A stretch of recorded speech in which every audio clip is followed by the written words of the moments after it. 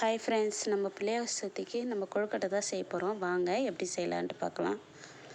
1 cup அரிசி மாவுக்கு 2 cup தண்ணி, தேங்காய் துருவி வச்சுக்கலாம், வேர்க்கடலை உடச்சி வச்சுக்கலாம். இப்போ சுத்தண்ணி நல்லா காஞ்சிச்சு, மாவு கொட்டி நல்லா கலந்துக்கலாம். சால்ட்டு கொஞ்சம் போட்டுக்கலாம். ஒரு நேரம் மூடி வச்சுக்கலாம், அது அப்படியே இருக்கட்டும்.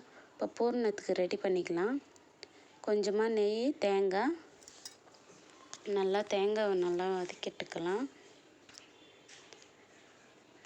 வெல்லம் சேர்த்துக்கலாம். நம்ம நல்லா கிளறி விட்டுங்க.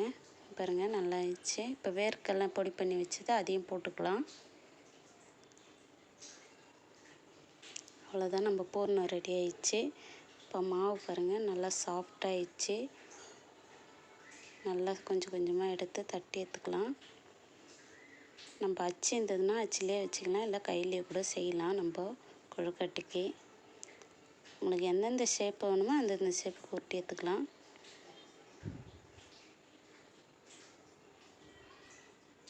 பாருங்கள், சூப்பராக வந்துச்சு. அவ்வளோதான்.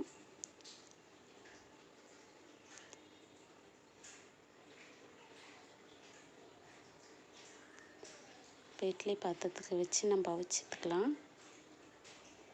ஒன்றா எடுத்து வச்சுக்கலாம். கொஞ்ச நேரம் அப்படியே இருக்கட்டும்.